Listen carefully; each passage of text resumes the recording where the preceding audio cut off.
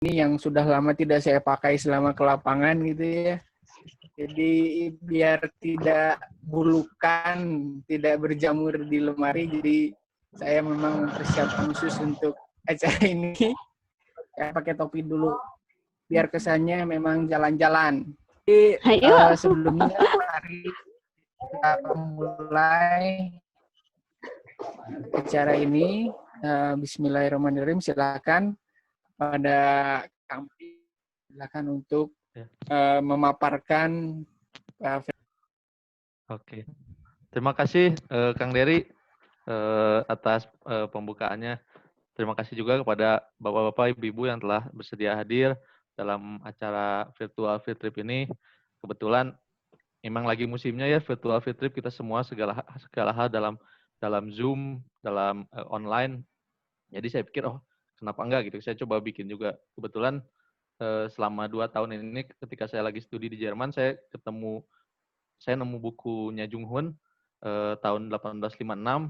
Pas saya lihat buku, wah ini buku gila, ini buku tahun 1856 ada orang nulis buku tentang Jawa, tentang Bandung dengan sangat indah, dengan sketsa-sketsa yang sangat hebat, dan ini sangat menarik. Jadi itu latar belakangnya kenapa saya pilih topik abad 19 sebagai bagian yang pengen saya share itu. Jadi karena saya nemu catatan-catatan itu. Dari menganalisis catatan itu juga saya, ya itu jadi latar belakangnya ya. Terus perkenalan, saya Malik, sudah diperkenalkan oleh Carok. Saya sejak 7 tahun lalu mungkin aktif bergeowisata dengan dibimbing oleh dosen pembimbing saya dulu, almarhum Dr. Budi Bramantio, Gedung Geowisata Indonesia. Jadi dari beliau saya banyak belajar, dan ya ini salah satu hasilnya ya ini adalah geowisata ini. Terima kasih juga kepada Travelogy, KCB, Sekolah Bumi, dan Ikatan Alumni Teknik Geologi untuk mensponsori acara ini. Nah, di latar halaman di cover ini, saya nge-share lukisannya Frans Jung Hoon tahun 1856 di situ Patengan ya. Jadi pada kala itu belum ada fotografi, sehingga dia tuh bikin sketsa. Jadi sketsanya dia tulis lukisan. Jadi zaman-zaman itu zaman-zaman lukisan. Dan abad 19 ini kebetulan sangat banyak sekali lukisan-lukisan yang indah yang ada di Cekungan Bandung yang akan saya tampilkan sebagai material untuk wisata ini. Jadi kita bakal lihat lukisan-lukisan apa aja sih yang ada, seolah-olah kita kembali ke masa itu. Oke, selanjutnya. Jadi pertama saya pengen memberikan latar belakang bagaimana Hindia Belanda pada abad itu seperti apa. Jadi di akhir abad, di tahun 1799, Indonesia tuh Hindia Belanda tuh Priangan ada di tangan VOC, tapi VOC-nya bangkrut. Jadi dia kembali ke kerajaan Belanda. Tapi setelah itu kerajaan Belanda tuh dijajah oleh Napoleon, jadi diserang oleh Napoleon sehingga dikuasai oleh Napoleon. Terus tahun 1811 waktu itu diambil oleh Inggris, Pulau Jawa diambil oleh Inggris sehingga Inggris yang berkuasa. Tapi setelahnya pokoknya Inggris dengan Belanda itu bikin kesepakatan, akhirnya Jawa itu kembali ke tangan Belanda. Nah, ketika Jawa kembali ke tangan Belanda dan berada di bawah kerajaan Belanda, Raja Belanda kala itu Willem I tuh dia pengen tahu nih, koloni saya itu seperti apa sih? Koloni Jawa Hindia Belanda itu seperti apa? Potensinya apa aja? Karena dia pengen memahami koloninya untuk gimana kita bisa mengeksploitasi koloni kalau kita nggak tahu potensinya apa aja. Maka dari itu dia kirim peneliti, Ada seorang peneliti namanya Reinward. Nah, dia itu nanti bakal jadi kepala kebun raya Bogor. Ini salah satu peneliti pertama tuh yang dikirim pada tahun 1815. Nah, karena mungkin hasilnya bagus atau mungkin Belanda punya uang, dibikin penelitian itu menjadi institusi yang resmi. Namanya Komisi Ilmu Alam. Jadi namanya Naturkundige Komisi Naturkundige Komisi sesuatu gitu. Jadi ada Komisi Ilmu Alam Hindia Belanda dibentuk tahun 1820. Jadi misinya si komisi ini tuh dia kayak datang ke sana buat mengetahui apa sih isinya Hindia Belanda tuh, dikirim mulai dari ahli hewan, ahli tanaman, ahli geologi, ahli macam-macam, kemudian para pelukis, pelukis, drafter peta dan seterusnya. Jadi mereka dikirim untuk mengetahui potensinya Hindia Belanda seperti apa. Nah, salah satu anggota komisi itu ya ini namanya Salomon Muller. Salomon Muller ini bertugas tahun 1826 sampai 1836. Dia itu salah satu orang Jerman, tapi bekerja untuk pemerintah Belanda gitu. Jadi dia ahli hewan. Dia berkunjung ke Bandung terutama tahun 1833 dan dia nulis buku tentang perjalanan dia di catatan perjalanannya dia selama di Bandung tuh ngapain aja.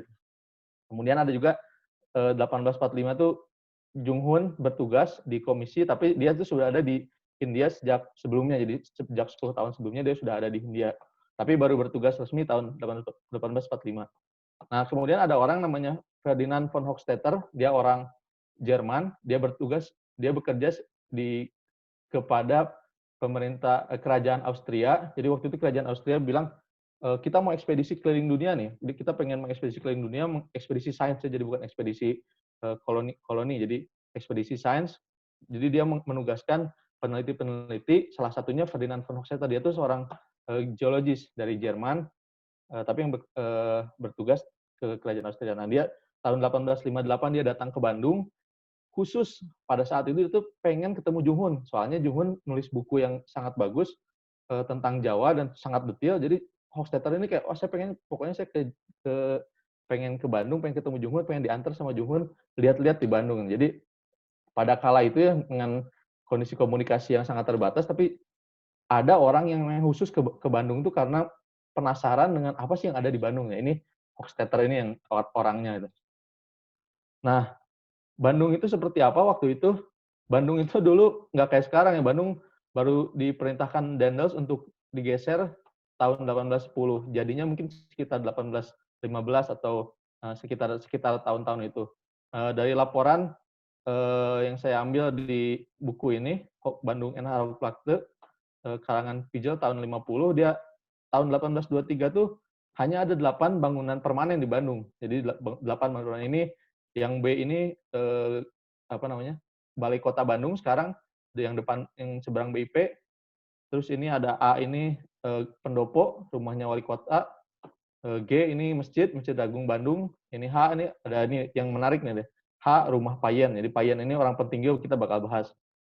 Ini hanya 8, sisanya tuh bangunan-bangunan lain tuh hanya bangunan-bangunan semi permanen aja, bangunan bambu, bangunan yang nggak permanen lah. Jadi ini tahun 1823. Tapi Bandung berkembang ya.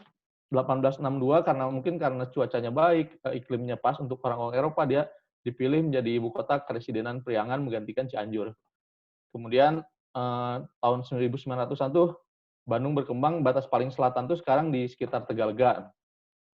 Nah, zaman itu Bandung dari Jakarta, dari Batavia tuh perjalanannya harus menempuh 3 sampai 4 hari perjalanan. Jadi itu juga salah satu penyebab kenapa nggak sangat pesat perkembangannya, karena transportasinya sulit. Jadi 3 sampai 4 hari perjalanan. Jalur kereta itu baru dibangun tahun 1884. Nah, ini tabel ini nunjukin jumlah penduduk Bandung ya, tahun 46 hanya 11.000, tapi tahun 100 tahun kemudian jadi 450.000. Jadi ini menunjukkan perkembangan Bandung ketika itu. Nah, dari Batavia ke Bandung itu 3 sampai 4 hari perjalanan, seperti yang saya bilang tadi ya. Nggak kayak dulu gitu harus naik kuda ya. Zaman dulu naik kuda, belum ada mobil. Naik kuda ditarik sama kereta kuda nih, gambar 4. Ini gambarnya Payen mengilustrasikan tentang kereta kuda.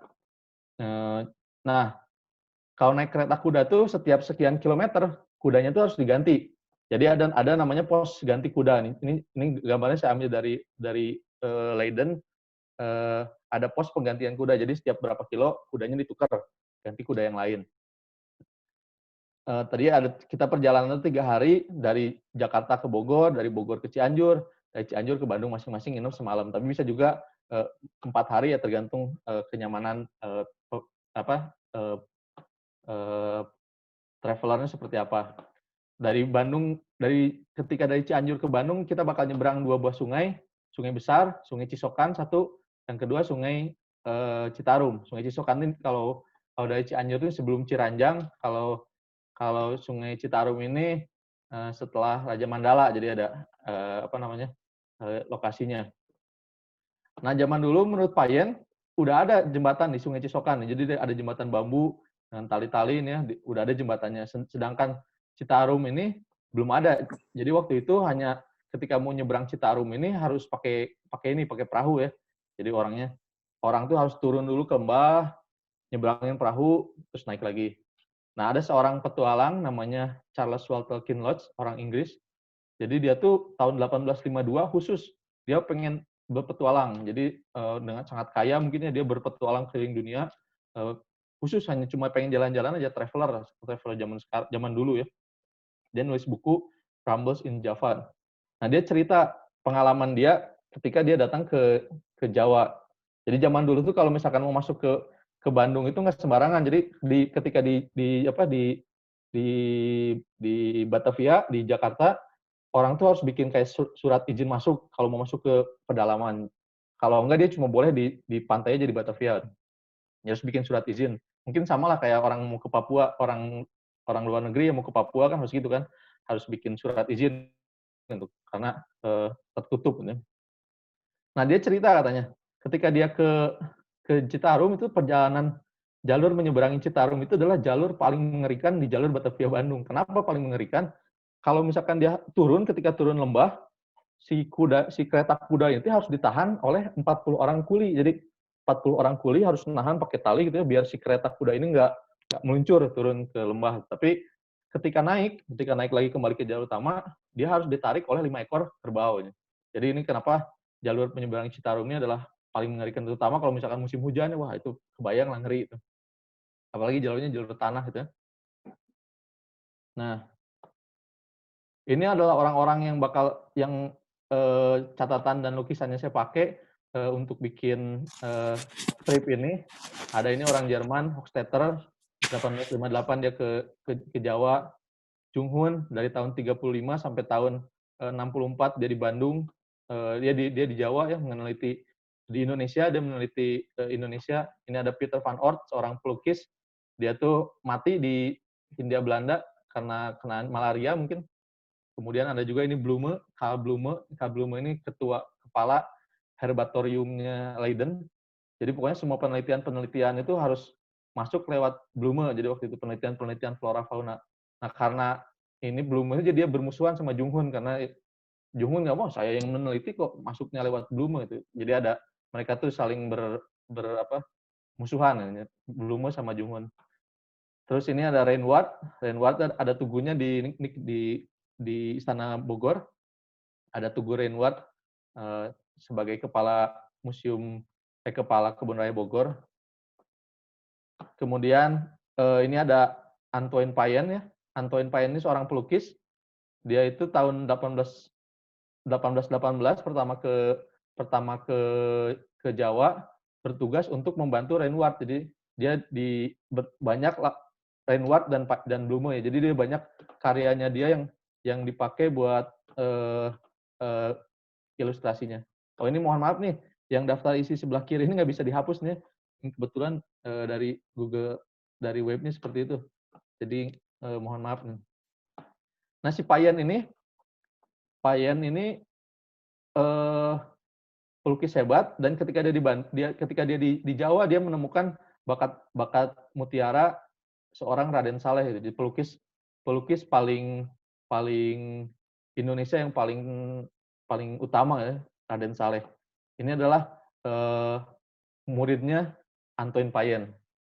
Ini Antoine Payen ini yang tadi rumahnya yang di Bandung ini rumahnya di sini ya.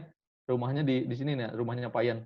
Rumahnya tuh ada di sekitar Piadeg rumahnya kalau sekarang, tapi udah dihancurkan bangunannya ketika ada pelebaran jalan. Payen. Nah, selanjutnya kita bakal mulai berwisata nih. Kita bakal mulai masuk ke wisata. Tadi pengantarnya. Jadi, saya bakal mulai perjalanan kita ini dari Situ Lembang. Situ Lembang ini ada di sebelah baratnya Tangkuban Perahu, ada di sebuah kaldera besar, Gunung Sunda Purba nih, Situ Lembang. Jadi kalau misalkan letaknya ini saya zoom out ya, ini Bandung, Situ Lembang ada di sini nih ya, tepat di antara kaldera dia, di kaldera. Nah, tepat di kaldera ini. Nah, tahun 1833 Muller mampir ke kaldera ini, kemudian Peter van Oort dia bikin lukisannya. Lukisan kaldera, lukisan Situ Lembang. Jadi dia cerita, oh ini ada orang lagi apa namanya, lagi mendayung di situ ya, lagi mendayung. Kemudian Muller ini karena dia ditugaskan untuk meneliti apa namanya, topografi, dia bikin peta topografinya. Ini peta topografi Gunung Tangkuban Perahu dan Gunung Sunda, eh, Gunung Sunda Purba. Ini Situ Lembangnya ya, tahun 1833. Kalau sekarang itu Situ Lembang dimonopoli oleh Kopassus, jadi tempat pelatihannya Kopassus. Jadi kalau kita mau masuk ke sana tuh harus dapat izin Kopassus, harus bikin surat ke Batu Jajar. Kalau zaman dulu itu memang tempat pelatihannya pecinta alam Bandung, Situ Lembang. Masih bisa datangin, tapi itu tetap harus dapat izin Kopassus. Nah, dari Situ Lembang kita bakal nyusur terus jalan ini menyusuri Sungai Cimahi, ini hulu Sungai Cimahi. Kita berkuda ke kaki gunung, terus nanti lewatin apa namanya, kampung bambu ya, di sini ada dusun bambu. Yang sekarang dusun bambu tempat hits ya. Makin ke bawah ada beberapa air terjun. Ini ada air terjun yang paling besar namanya Curug Cimahi. Nah, Curug Cimahi juga udah dilaporkan oleh Muller tahun 1833. Tapi sayang dia nggak mampir waktu itu karena kata dia jalannya tuh sangat terjal, jadi dia nggak nemu jalan turunnya. Jadi saya pakai gambar waterfall Curug Cimahi, karyanya Becker tahun 1890. Ininya punyanya Leiden. Nah, jadi ini Leiden. Terus ini di sebelah, makin hilir dari Curug Cimahi, kita ada curug lain namanya Curug Penganten. Nah, Curug Penganten ini dilukis oleh Peter van Oort. Peter van Oort ini yang mitranya Muller tadi ya, mitranya Salomon Muller. Nah, jadi ada Peter van Oort, dia nulis buku tentang sketsa, karena tugas dia kan emang membuat sketsa. Jadi ini Curug Cimahi di sebelah sini, di Sungai Cimahi. Ini Curug Penganten lebih ke hilir. Nah, selama dua bulan terakhir ini udah ada 2 orang yang nanya ke saya tentang sesar Lembang. Kebetulan ini karena kita lagi di sini, ini sesar Lembang nih ada di sekitar sini nih. Jadi di antara Curug Cimahi dengan Curug Penganten melintang di sebelah barat timur, ini sesar Lembang. Kalau di peta tuh mungkin sekitar The Peak kalau nggak salah di situ tuh, atau Rumah Strawberry, itu sesar Lembang. Oke, jadi dari Curug Cimahi kita turun sampai ke Curug Penganten. Ini gambarnya Curug Penganten. Ada dua curug yang seolah terpisah oleh batu di sebelah sini. Keduanya terbentuk dari lava Gunung Tangkuban Perahu. Nah, makin ke hilir akan masuk ke kota Cimahi. Zaman dulu mereka tuh belum, di daerah ini tuh nggak dikenal sebagai daerah Cimahi, tapi daerah Cilokotot namanya. Daerah Cilokotot ya. Cilokotot. Jadi Cilokotot itu adalah sebuah distrik yang jaraknya itu antara dari Gunung Burangrang sini sampai ke Citarum. Ini namanya daerah Cilokotot. Nah, menurut laporan Muller, di Cilokotot ini dia ketemu banyak binatang-binatang liar katanya. Ini laporannya Muller, saya terjemahkan bebas. Kata dia, hutan lebat di Cilokotot itu banyak dilewati oleh binatang liar, dan terutama badak katanya. Terus badak ini karena badannya besar, jalan setapak bekas jalur badak ini seolah membuka hutan. Jadi kalau misalkan nggak ada badak, katanya nggak mungkin itu hutan Cilokotot bisa ditembus saking lebatnya. Banyak juga rusa dan babi hutan tinggal di dataran ini. Ada juga harimau besar yang nggak jarang kita temui di sepanjang dataran hingga ke Citarum. Tapi kata dia di dataran ini dia nggak ketemu banyak spesies burung. Burung-burung itu hanya ditemui di daerah yang lebih tinggi, terutama di lereng-lereng yang terjal. Ini burung-burung yang ditemui itu terutama burung manyar ya. Burung manyar tuh saya nggak tahu, ini Pak Plosius, kalau nggak salah Plosius philippensis. Dia bikin sarang yang sangat menarik. Jadi makanya oleh Peter van Oort itu dia lukis nih sarang burung manyar. Ini juga sarangnya kurang lebih seperti ini. Nah, kemudian karena kita tadi ngomongin harimau, ini ada foto sketsa lukisannya harimau oleh Jung Hoon. Dia cerita katanya pertemuan Jung Hoon dengan Raja Harimau ini ada di buku Dastropen Island. Jadi dia katanya cerita ini Jung Hoon ketemu dengan beberapa harimau, ada tiga ekor harimau. Tapi saya nggak tahu ini tempatnya di mana, ini bukan di Cilokotot, tapi sebagai ilustrasi aja bahwa ada harimau di Priangan, harimau Jawa. Sayang harimau itu udah punah ya, tahun 1970 itu diumumkan bahwa harimau Jawa itu sudah punah karena habis diburu.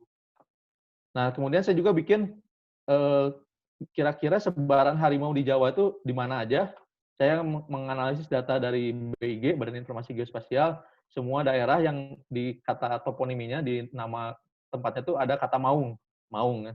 Maung itu harimau ya. Kalau macan tuh Macan tuh kalau maung harimau sama ada macan. Macan tuh berarti leopard gitu. Semua kata maung ini maung.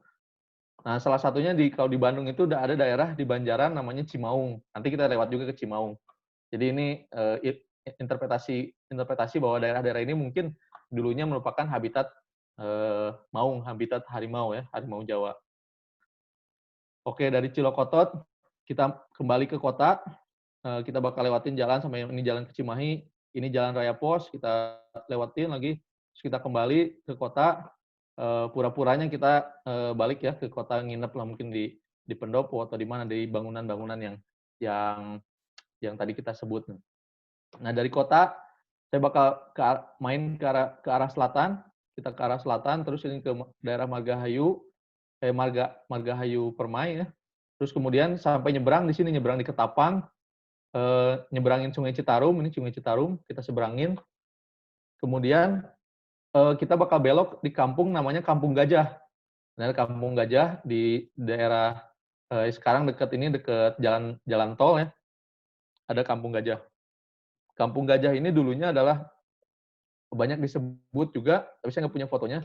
Jadi dia tuh ibu kota Kabupaten Batulayang. Kabupaten Batulayang tuh satu kabupaten yang dari Gajah ini ke arah barat itu disebutnya Kabupaten Batulayang sebenarnya. Jadi dulu tuh Kabupaten Bandung tuh cuma dari sini ke arah timur, sedangkan ke arah barat itu Kabupaten Batulayang. Tapi kata catatan yang saya dapat di Kabupaten Batulayang ini dulu tuh dileburkan ke Bandung karena entah mungkin bupatinya nggak mau bayar pajak ke Belanda, tapi oleh Belanda itu disebutnya bupatinya itu suka madat, suka nyandu. Makanya dia pokoknya pemalas, bupatinya suka mabuk, suka nyadu, makanya dilebur kabupatennya jadi Kabupaten Bandung semua. Nah, kenapa saya lewat jalan ini? Kenapa saya pilih lewat jalan ini? Karena saya pengen ngelewatin segmen Citarum yang ini nih. Segmen Citarum antara Gajah sampai ke Curug Jompong. Segmen ini tuh sangat penting karena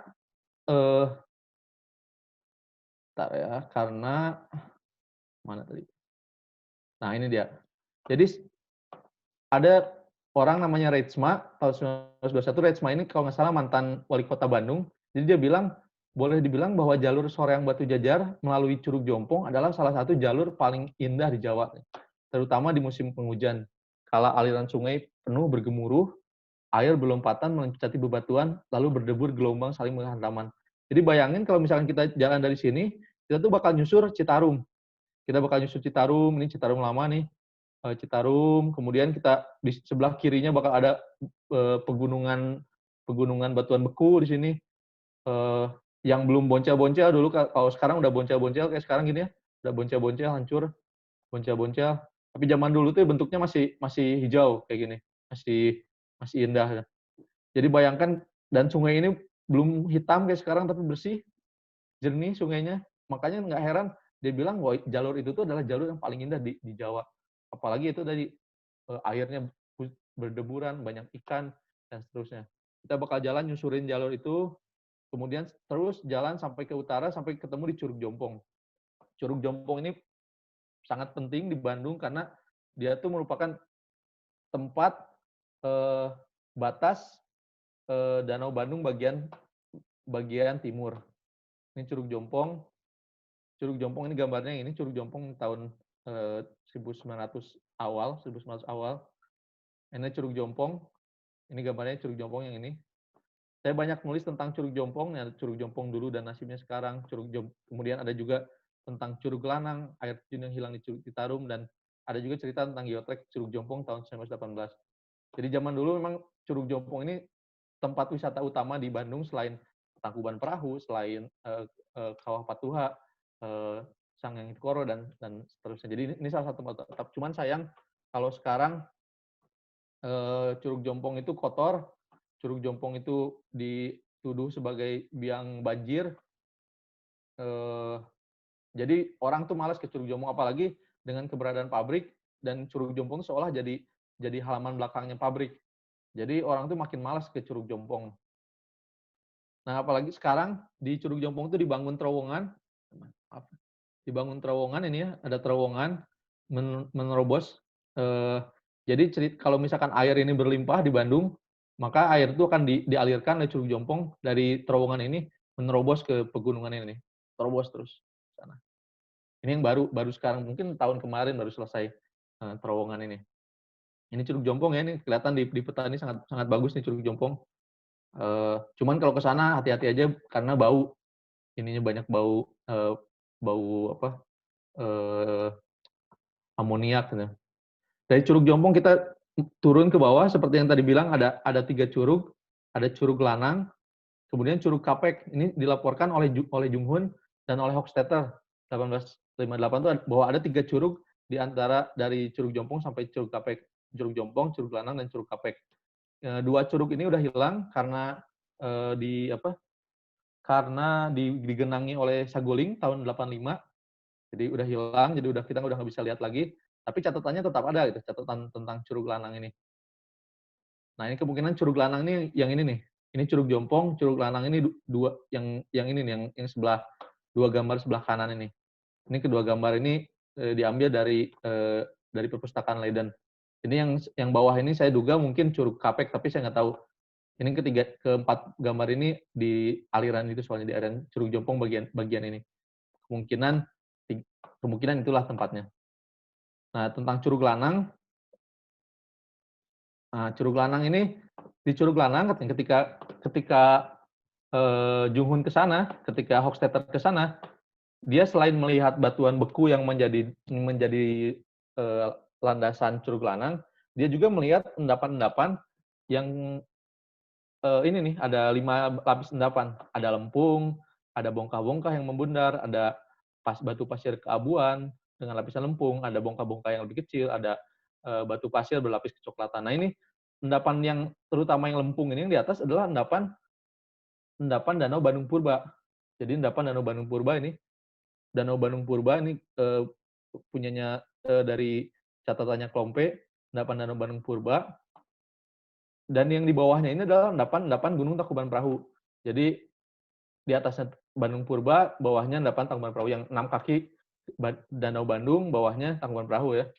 Jadi danau dulu sekitar 10.000 tahun yang lalu, Bandung ini sekitar 20.000 tahun yang lalu ya. Antara 100.000 sampai 100.000 sampai 15.000 tahun yang lalu, Bandung itu pernah digenang oleh danau. Pada ketinggian 725, dan di atasnya kita banyak temukan sisa-sisa artefak obsidian. Makanya kita bisa interpretasikan. Ini mungkin satu topik sendiri. Tapi ini yang kita bisa temukan singkapannya di Curug Lanang itu. Tapi nggak tahu sekarang masih ada atau enggak. Tempat terakhir yang saya temukan singkapannya itu ada di Cililin. Nanti kita mampir juga ke situ. Oke, itu Curug Lanang. Kemudian Curug Kapek, ini saya nggak punya banyak datanya tentang Curug Kapek. Dari situ kita bakal lanjutin jalan ke daerah di sini, daerah daerah Ciamplas ya. Kemudian kita masuk, di sini ada sebuah dataran yang luas di sebelah selatan Cianjur. Nah, ada laporan dari Muller yang menyebutkan bahwa ini tuh dataran luas ini adalah tempat berburu Bupati Bandung. Nah, jadi Muller bilang tanah di sisi Citarum tempat gunung-gunung ini berada tidak ditempati, kosong, jadi hanya ada alang-alang yang menutupi gelagah. Di semak belukar yang hampir tak tertembus ini banyak sekali rusa dan babi hutan, serta beberapa harimau dan kawanan kecil kerbau. Beberapa kali terjadi penduduk lokal mati akibat diserang hewan-hewan buas ini. di sisi selatan Citarum ini terdapat kawasan yang sangat luas dan indah yang merupakan tempat perburuan rusa milik Bupati Bandung. Jadi ini saya bilang, ini sebelah selatan ini Citarum, sebelah selatannya ada dataran yang luas, ya inilah saya interpretasikan ini tempat berburu Bupati Bandung. Sekarang ini daerah Citapen, Ciamplas, tempatnya bengkel tulang di sini nih, Citapen. Nah, ini lukisan yang saya jadikan ilustrasi, lukisannya Raden Saleh, judulnya Berburu Rusa tahun 1846. Ini meskipun mungkin bukan tempatnya di situ, tapi ini ilustrasinya sangat baik karena ada harimau, ada rusa, ada anjing, ada orang lagi berburu. Lukisan ini menarik juga karena ceritanya dari lukisan ini tuh sampai tahun 97 lukisannya hilang, tapi ditemukan sama orang Prancis di gudang rumahnya. Jadi di gudang rumahnya, terus ketika dicek, wah ini lukisannya Raden Saleh, terus ketika dilelang, dia laku 1 juta euro, jadi sekitar 15-16 miliar lukisannya Raden Saleh tentang berburu rusa ya. Nah ini sebagai ilustrasi daerah sini, daerah tempat berburunya Bupati Bandung. Dari tempat berburu ini kita geser ke selatan sedikit, ada batu namanya Batu Kepel. Ada apa di Batu Kepel ini? Ada bukit yang sangat menarik nih yang ditemukan, dicatat juga oleh Jung Hun. Jadi Jung Hun nge-sketsa ada bukit bentuknya kayak menonjol aja sendiri, lapisannya batuan breksi berlapis datar. Kemudian disarankan oke Hofstadter datar juga ke sana. Kemudian Hofstadter datang dan dia juga bikin sketsanya. Sketsanya ini ya, ada batuan terus berlapis, terus dia seperti kayak gini, kayak mengepal mungkin, makanya dia Batu Kepel. Oleh Jung Hun disebutnya Gunung Bulet. Hofstadter juga nulisnya Gunung Bulet, tapi oleh masyarakat sekarang itu dikenal sebagai Batu Kepel. Ini di Instagram, saya dapat dari Instagramnya Ana Septian. Jadi dia bikin foto, ini nih fotonya yang paling sesuai dengan gambar-gambar ini kan, Gunung Batu Kepel. Nanti kalau misalkan mampir, coba cari daerah situ, silahkan tag. Saya juga kebetulan belum pernah ke sana, saya cuma lihat catatannya aja. Oke, dari Batu Kepel kita bakal susurin ini pegunungan di Cililin ini, kita susurin terus sampai kita masuk di kota Cililin. Nah, Cililin kita bisa istirahat. Jadi menurut Hochstetter, jadi waktu dia dibilang ketika dia ke Cililin tahun 1858 tuh disuguhi oleh wedananya dengan sangat baik, katanya dijamu dengan sangat ramah, orang-orang berpesta 2 malam khusus karena menyambut kedatangannya dia. Nah, kedatangan Hochstetter. Nah, dari Cililin kita bakal lanjutin perjalanannya nyusurin gunung ya. Nyusurin gunung ke sini. Kalau jalan yang sekarang ini jalannya ke nyusurin gunung, tapi zaman dulu ketika belum Saguling belum dibendung, jalannya tuh ke sini ke lembah ini yang sekarang nih. Ada lembah, dia ke sini ke lembah, ini lembah Sungai Ciminyak namanya. Lembah Sungai Ciminyak. Kemudian di sini banyak keramba, jadi kalau mau ikan, di sini banyak ikannya. Keramba, jadi ke sini terus nyusur jalan ini ya, nyusur jalan Punggungan ini sampai dia akhirnya nyebrang lagi di sini di Ciminyak lagi nyebrang di sini dia sebut nama daerahnya tuh Tegalaja. Kata Muller tuh ini daerah Tegalaja, tapi sekarang tuh mungkin dikenalnya daerah Ranca Panggung ya. Ini Ranca Panggung, ini ada jembatan di sini, ada restoran terapung di Ranca Panggung ini, tempat wisata juga. Kalau mampir silakan mampir di sini di Ranca Panggung. Nah, dari sini kita masuk ke sebuah lembah, namanya lembah Gunung Putri di sini. Ini lembah sungainya Sungai Cibitung. Jadi di sini tuh ada tempat yang sangat indah ya, tempat yang luar biasa. Menurut saya mana sini. Nah, ini lembah Curugan Gunung Putri. Jadi kalau misalkan kawan-kawan berdiri di sekitar sini nih, pas di belokan ini, kemudian mampir di lembah Curugan, ngelihat ke arah lembah, kurang lebih pemandangannya yang kanan ini ada gunung yang tebing yang sangat terjal, tegak ini dengan lapisannya yang nyaris datar. Kemudian ada sungainya tengahnya ada sungai namanya Sungai Cibitung, dan orang-orang itu ada sawah. Dan di sini juga ada batu-batu yang dianggap keramat, misalkan ini batu Munding Laya. Nanti saya ceritakan juga. Nah, tapi tujuan utamanya si Muller ke situ, datang ke daerah ini, dia tuh pengen soalnya dikasih tahu oleh warga katanya bahwa ada cerita tentang di Pati Ukur. Jadi di Pati Ukur yang sekarang namanya jadi jalan di Pati Ukur, kampus Unpad, adalah orang yang nyata, dia tuh pahlawan Sunda. Dulu dia ada di sini, ada ceritanya tentang di Pati Ukur. Wah, si Muller ini saya pengen tahu, di Pati Ukur. Dia ada di Gunung Lumbung katanya. Nah, Gunung Lumbung tuh dari Lembah Curugan ini kita naik ke atas nih ya, ada jalan. Jalannya masih ada sampai sekarang nih. Jalan sini sampai ke kampung namanya kampung, di sini namanya kampung daerah Liembang, namanya Lembang, desa Lembang. Kemudian kita naik ke Gunung Lumbung. Nah, di Gunung Lumbung kita akan cerita tentang di Pati Ukur. Jadi di Pati Ukur ini ada eh, patih Sunda, jadi dia diperintahkan oleh Sultan Agung tahun 1628 untuk gabung menyerang Batavia untuk mengusir Belanda waktu itu. Nah, tapi pengepungan ini gagal, salah satunya karena ada pemberontakan di Pati Ukur. Nah, seorang dokter dari Unpad ini Suhardi Eka Jati, dia bikin buku tentang tentang pemberontakan di Pati Ukur. Ada 8 versi pemberontakan di Pati Ukur. Nah, salah satunya yang akan kita dengar ceritanya di sini di Gunung Lumbung. Nah, jadi di Gunung Lumbung ini selain ada di Pati Ukur, dia juga menemukan menemukan arca. Jadi ada arca, ini arcanya yang digambar oleh oleh Muller. Dia nemu arca, arcanya sekarang masih ada, tapi kemarin saya dengar info dari Pak Bahtiar, katanya di sana ada warga yang mungkin karena menghindari kemusyrikan, arcanya itu dipenggal, terus kemudian dia batunya digelundungkan ke lereng. Semoga batunya bisa kita recovery ya, kita kita cari batunya, moga masih bisa kita telusuri jejaknya. Nah, selain arca ini dia juga menemukan ada gerabah, ada koin perunggu, ada kayak dulang ini. Kemudian dia juga nemu ini lingga, lingga ya tugu gitu ya, tugu di Gunung Lumbung. Nah, tapi cerita tentang di Pati Ukur yang menurut saya menarik. Jadi Muller mencatat cerita dari orang lokal itu, dia bilang katanya, Bupati Bandung cerita sama saya, sama orang lokal katanya. Jadi dulu katanya Sultan Agung mendeklarasikan perang terhadap Belanda di Pulau Kokos, Sunda Kelapa. Jadi dia kirim orang-orang terbaiknya. Di Pati Ukur itu salah satu orang terbaiknya. Jadi dia Sultan Agung kirim di Pati Ukur berperang.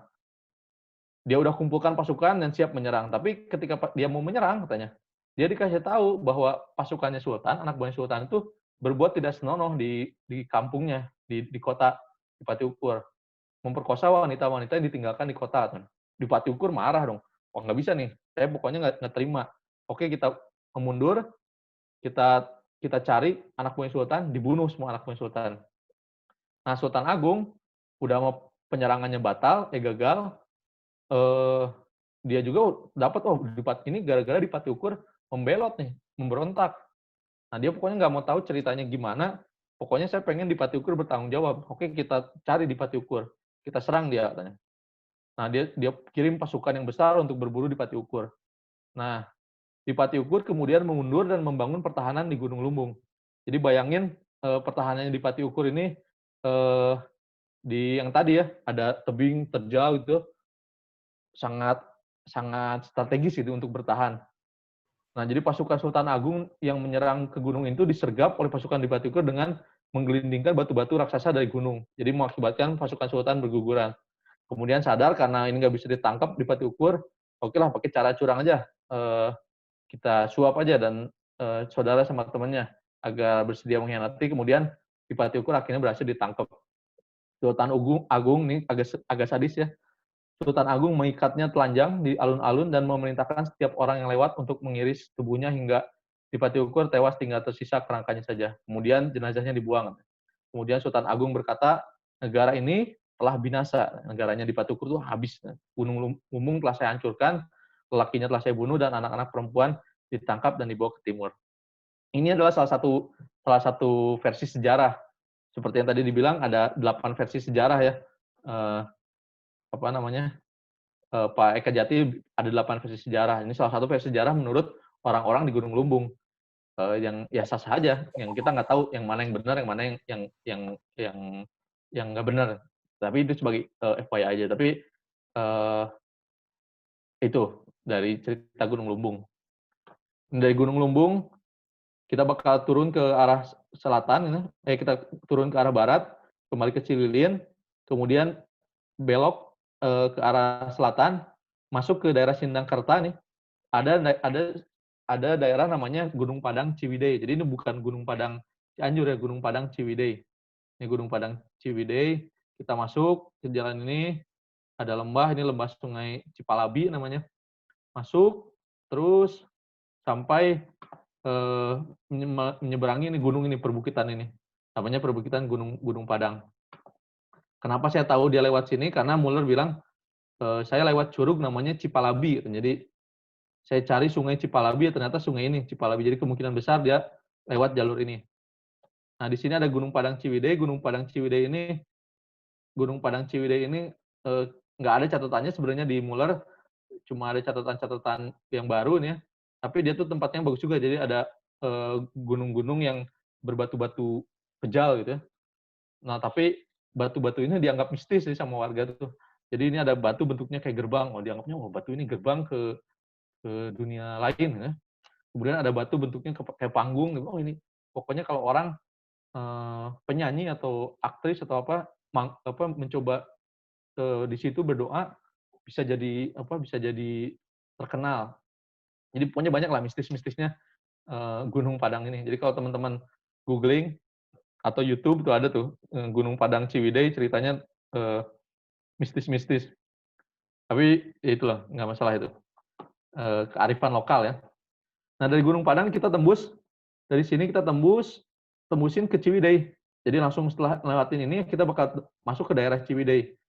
Kita masuk terus jalan sampai ke daerah Ciwidey. Ini kota Ciwidey ya, kota Ciwidey di sini kota Ciwidey. Ini Alfamart nih, kalau ke Ciwidey ini ada Alfamart di sini, terus di seberangnya ada masjid sama pasar. Nah, di sini di Ciwidey, Muller itu melaporkan penemuan ini arca. Penemuan arca. Nah, ada arca yang bentuknya kayak gini, nggak tahu saya bentuk apa nih, mungkin bentuk arca. Saya nggak ngerti juga, nggak terlalu paham arca-arca. Tapi dia menggambarkan, Muller juga nggak tahu nih, ini arca bentuk apa nih, saya nggak tahu. Cuma dia deskripsikan aja penemuan arca ini. Peter Van Oort, teman perjalanannya Muller, dia menggambar ini Gunung Patuha. Dia gambar dari Ciwidey. Nah, kemudian yang menarik nih, ada catatan antropologis dari Muller, ketika dia di Ciwidey, dia ada gempa di Ciwidey itu. Nah, dia deskripsikan gempanya itu menarik nih, seru. Kata dia, waktu siang hari kami di sana tuh ada gempa, kemudian hujan yang cukup lama. Orang desa yang panik mungkinnya karena gempa, dia tuh lari keluar sambil teriak, ayah, ayah, ayah, katanya tuh, ayah, ayah. Nah, ayah itu kan berarti ada. Dia tuh bingung, apa nih maksudnya orang bilang ayah, ayah, ayah nih. Mungkin setelah dia tanya, ayah, ayah itu berarti bahwa orang-orang desa sana tuh ngasih tahu ke roh bawah tanah yang perkasa. Itu roh bawah tanah, istilahnya apa ya, saya istilah bahasa Belandanya apa saya nggak tahu, tapi dia punya roh bawah tanah yang perkasa, kita terjemahkan untuk stop gempa ini, tolong di stop, karena mereka bilang ayah tuh ngasih tahu bahwa masih ada manusia di sana. Kalau misalkan roh bawah tanah yang perkasa ini nggak tahu bahwa manusia itu ada di sana, itu orang boleh jadi bumi itu akan dihancurkan dan mereka tuh akan ditenggelamkan ke jurang terdalamnya, jadi keretakannya gitu ya. Jadi mungkin apakah pernah ada sejarah gempa yang sangat besar sampai mereka punya persepsi seperti itu atau gimana? Itu sangat menarik sebenarnya menurut saya informasi ini tentang gempanya Muller ini ya. Kemudian selanjutnya setelah dari Ciwidey ini kita menaik ke arah selatan, kita masuk ke Kawah Putih nih ya. Lewat jalannya mungkin jalannya masih sama dengan jalan yang sekarang, cuman bentuknya belum jadi jalan yang permanen, tapi masih jalan yang instapak. Dia masuk ke Kawah Patuha. Ini Kawah Putih ini memang udah luar biasa ya. Dia punya dua kawah, ada dua di sini. Ini kawah Gunung Patuhanya di sebelah sini. Ini ada kawah, nggak tahu kawah apa. Ini Kawah Putih. Gambarnya tuh Kawah Putih ada kita punya sketsa Junghun di Kawah Putih, itu juga cukup terkenal. Tapi saya ambil sketsanya Groneman tahun 60. Jadi ini sketsanya Groneman dan sketsanya Peter Van Oort ya. Jadi ada sketsanya itu kita biasa lihat, ini ada kawah putihnya, kemudian ada orang ini lagi ngangkut barang, entah mungkin barangnya apakah apakah barang ataukah apakah dia udah mulai mengambil belerang, saya nggak tahu. Ini ada orang Belanda mungkin yang jadi mandornya dan seterusnya. Sedangkan kalau di gambarnya Peter van Oort nih, eh, kita bisa lihat ini dia tuh nggak tahu mancing apa gimana ya. Soalnya di kawah putih kan nggak ada ikan ya. Dia soalnya kelihatan kayak megang megang apa jejer gitu ya, megang pancingan. Nah selain itu selain lukisan tentu aja ada ini ada apa sketsa sketsa gambar ini gambar peta penampangnya ada kawah Patuha ada kawah yang lain dan puncaknya. Ini persis kayak kayak gambar ini ada kawah Patuha ada puncaknya dan ada kawah yang lainnya. Nah ini oleh Gruneman, ini oleh Muller, ini oleh Peter van Oort, ini oleh Muller. Nah, dari Patuha kita turun lagi ke bawah ya. Kita turun kembali ke jalan utama, kita ke jalan utama, terus kita masuk ke situ Patenggang. Situ Patenggang juga nih tempat yang indah nih. Banyak juga sudah dilaporkan dari zaman Reinward sampai Junghun. Nah, saya bakal share gambarnya lukisannya Junghun.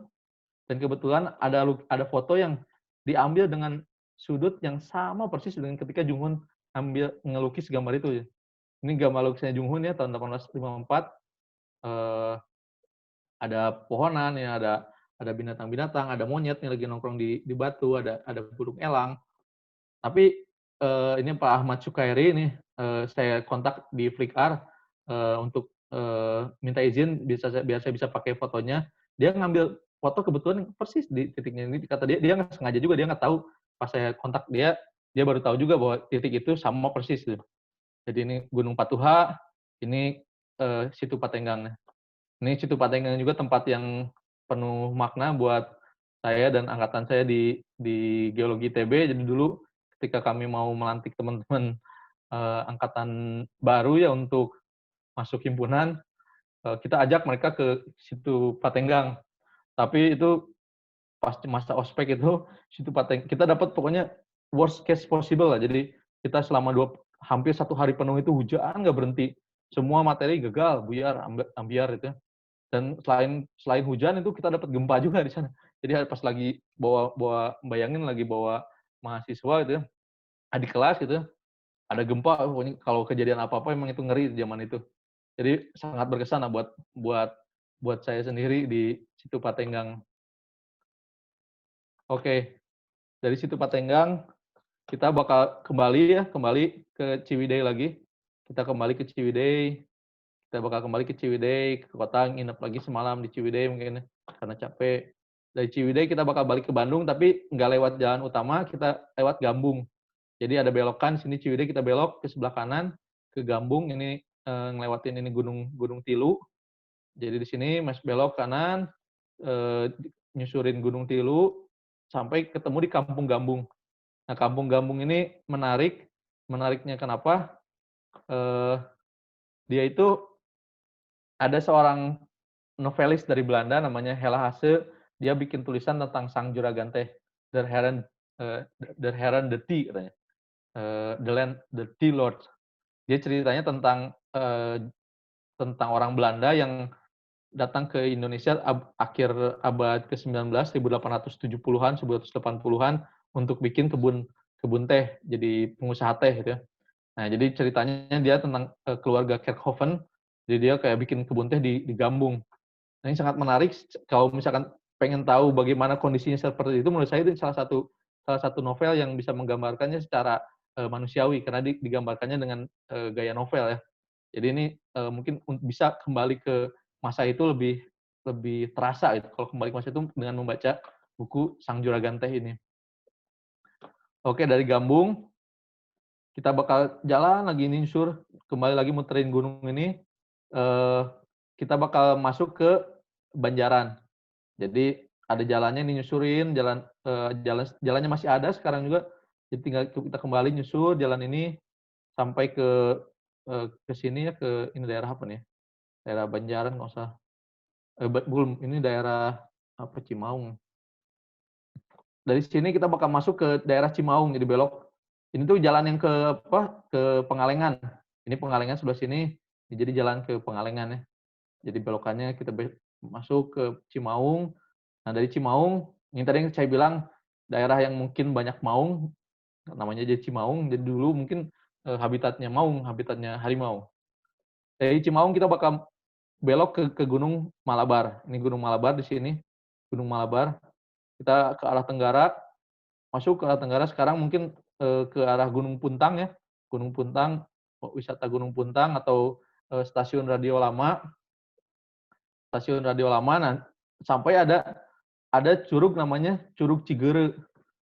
Sekarang tuh Curug Cigere namanya nggak dikenal. Mana ini? Gitu. Ada Curug Cigere ya. Nah ini. Saya kemarin baru nulis tulisan di blog saya judulnya Curug Cigere di Gunung Malabar. Alasannya saya lihat nemu lukisan dari Antoine Payen yang judulnya tuh Curug Cigere di Hutan Gunung Malabar. Jadi lukisannya sebelah kiri. Di lukisannya ini ada dua orang nih lagi bersembunyi di balik batu. Sambil nggak tahu mungkin mereka mau berburu badak. Ini ada badak lagi di belakangnya.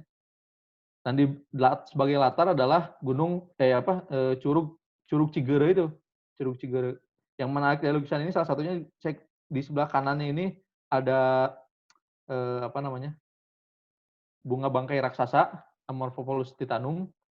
Jadi dia apakah emang ada di sana atau Payen bikin-bikin, saya nggak tahu. Asumsi saya tentu dulu emang ada juga bunga bangkai raksasa di sana. Nah selain ini saya juga nemu lukisan Payen yang lain dalam bukunya Rumfio karyanya Karl Blume.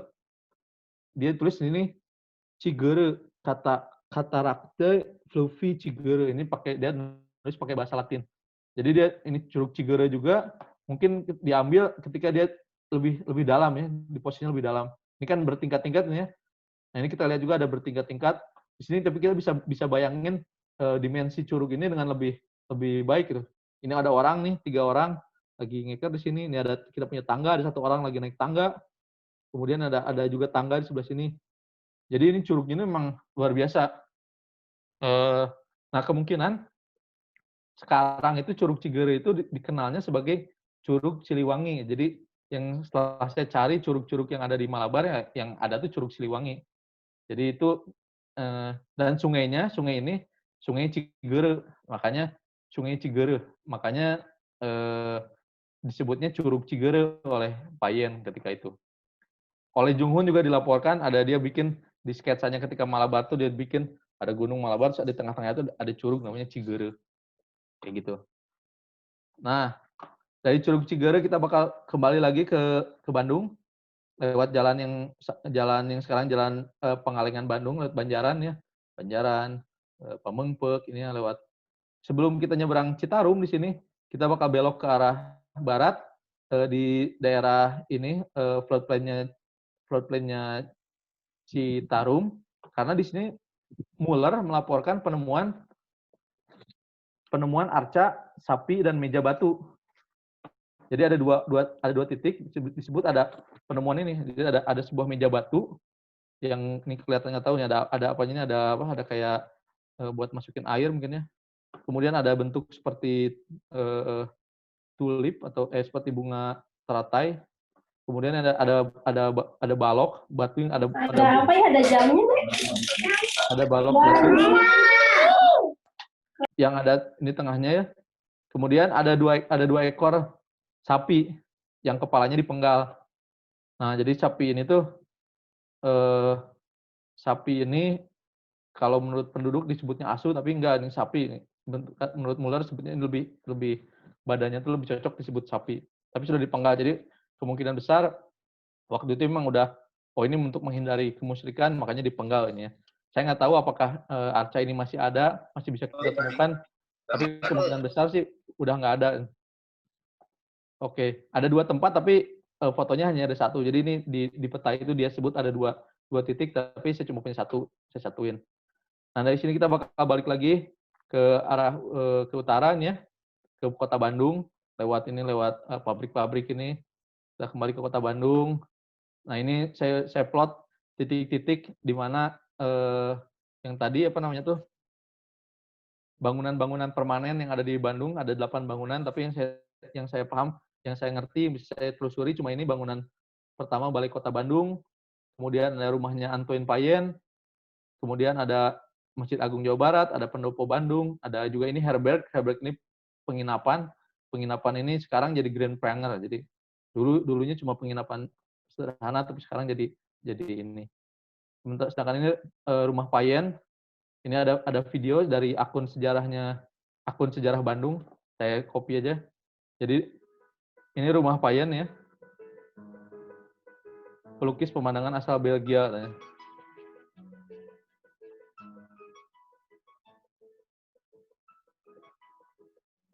Ini muridnya Raden Saleh. Ini salah satu lukisannya yang terkenal ini pemandangan di Raja Pola katanya. Ini rumahnya yang tadi ini rumahnya di sebelah H ini. Kemudian lokasinya di sekitar dekat Piadek ini Citarum, Cikapundung, ini jembatan ini. Ini rumahnya di sini. Oke. Nah, itu rumahnya Payen. Oke, dari rumah Payen ini sebenarnya kita akan jalan ke arah utara, jalan panjang dia. Jalan panjang ke arah utara, terus kembali ke Jalan Setiabudi ini ya, ke Jalan Setiabudi, ke ngelewatin ke Lembang, ke Lembang. Kita bakal stop perjalanan kita di sini, di Tugu Junghun, di Lembang, di kaki Gunung Putri. Jadi di Tugu Junghun ini saya pengen mengakhiri perjalanan ini berpisah di Tugu Junghun. Kenapa di Tugu Junghun? Karena Junghun ini orang yang paling penting, menurut saya paling penting dalam sejarah Bandung abad 19. Catatannya itu sangat presisi, sangat detail, dan dia tuh sangat menyayangi, sangat mencintai Bandung.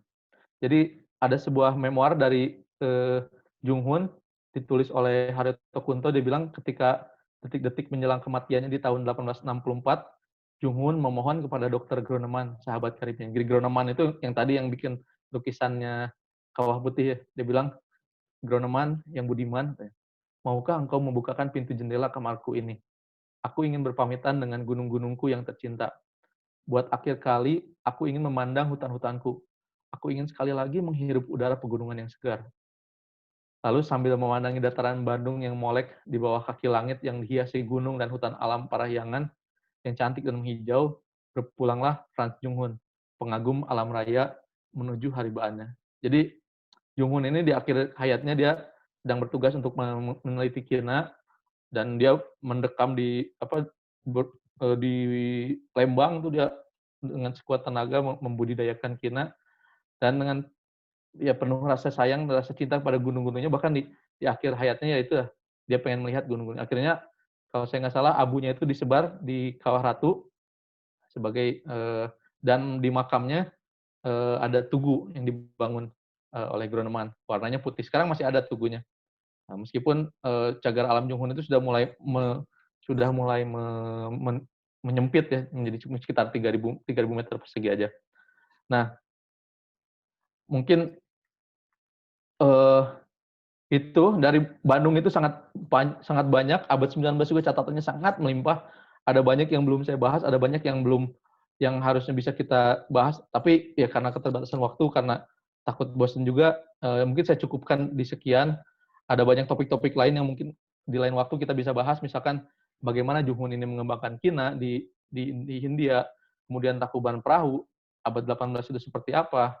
Kemudian ini segmen Citarum di Cukang Rahong, Curug Halimun, Sangyang Heuleut, Sangyang Tikoro yang juga ada catatannya Junghun dan juga dilewati oleh Hochstetter.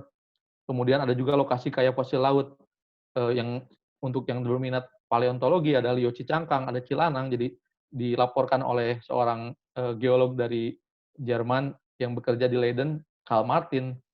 Ada juga peta geologi pertama di Pulau Jawa bikinan Junghun. Peta topografi Junghun yang gila, itu hebat, luar biasa. Zaman 1850 dia bisa bikin peta dengan presisi yang gila, yang nggak masuk akal menurut saya. Kemudian ada juga pandangan filosofis teologisnya Junghun tentang dalam buku Cahaya dan Bayang-Bayang dari Jawa. Jadi Licht in Shadow Belden of Java. Jadi ini cerita teologis. Mungkin nanti Pak Hawi Setiawan ini ahlinya buku ini bisa sharing-sharing juga. Jadi ini pandangan filosofis teologis tentang bagaimana orang itu harus harus menyebarkan pemahaman tentang alam ke orang-orang Jawa. Jadi pandangan kolonialisnya Junghun itu seperti apa. Kemudian ada juga cerita tentang gunung-gunung di Cekungan Bandung nih. Banyak lah ceritanya. Kalau misalkan teman-teman mau baca tulisan-tulisan saya, bisa mampir di blog saya nih, malikarahim.com. Saya banyak tulis tentang cerita-cerita ini. Ada juga tulisan-tulisan lain, tapi ya beberapa udah saya tuliskan. Jadi yang hal-hal yang saya bahas di presentasi ini tuh saya tulis di blog-blog saya. Ini bisa mampir. Ini sumber dan daftar pustaka dan sumber gambarnya. Jadi insya Allah yang saya ambil ini semuanya punya sumber yang jelas, bukan bikin-bikinan, bukan karang-karangan. Kurang lebih begitu. Kalau misalkan ada pertanyaan, kalau misalkan ada diskusi, saya persilakan. Saya kembalikan ke moderator. Terima kasih, Kang Dery. Mangga. Mana nih Kang Dery? Assalamualaikum, Kang Dery.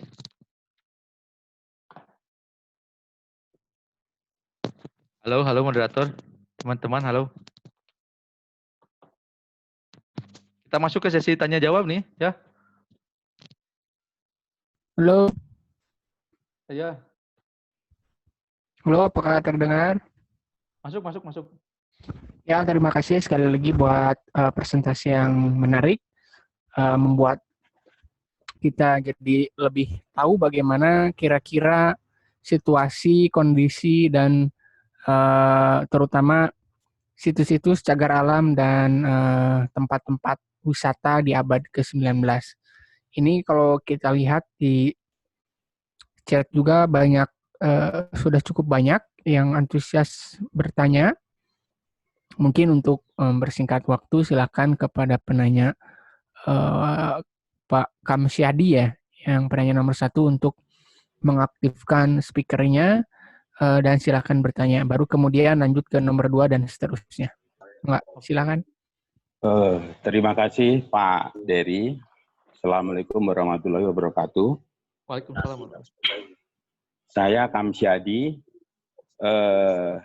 Saya alumni Geologi ITB tahun 90. Salam Pak Kamsyadi, salam hormat. Terima kasih. Jadi untuk masalah geowisata ini, beberapa waktu yang lalu kami dari Medco, saya sekarang bekerja di Medco, kira-kira setahun sebelum Pak Budi Bramantyo almarhum wafat ya. Jadi waktu itu kita lewat CSR-nya Medco itu mau menginisiasi penulisan buku geowisata untuk South Sumatera. Jadi kita waktu itu mencari sumber, mencari mentor gitu. Nah, saya arahkan ke Pak Budi Bramantyo almarhum. Nah, sempat beberapa kali kita meeting di Bandung, mungkin 5-6 kali ya, tahun berapa ya, tahun 2016, 2015 ya gitu. Kita sudah sampai mau perencanaan, survei di lapangan dan lain sebagainya. Kita sudah mau masukkan budgetnya dan lain sebagainya. Ya ternyata memang belum kesampaian sampai ada berita Pak Budi Bramantyo itu wafat gitu. Sayang sekali memang. Cuma yang mau saya tanyakan begini, waktu itu Pak Budi Bramantyo itu memberitahukan ke kita bahwa beliau mempunyai program-program geowisata di Bandung dan sekitar Bandung yang customized gitu. Jadi misalnya saya mempunyai tamu gitu, 4 orang, 5 orang gitu, saya bisa menghubungi Pak Budi Bramantyo, nanti customize, maksudnya karena tamu itu mungkin waktunya terbatas, terus juga latar belakangnya macam-macam ya, nggak cuma orang geologi, mungkin suaminya geologi, spouse-nya bukan. Jadi sangat customize begitu. Waktu itu Pak Budi Bramantyo ada. Kalau ada begitu silakan hubungin saya. Itu bisa kita eksekusi gitu. Nah, menarik. itu sekarang yang ada nggak ya yang meneruskan gitu dari entah dari KRCB atau dari kelompoknya Pak Budi Bramantyo atau dari ITB gitu. Karena setahu saya waktu itu dosen geologi wisata ya, apa namanya? Geowisata. Ya, geowisata itu Pak Budi itu gitu. Terima kasih, itu pertanyaan saya. Ditampung dulu atau langsung dijawab?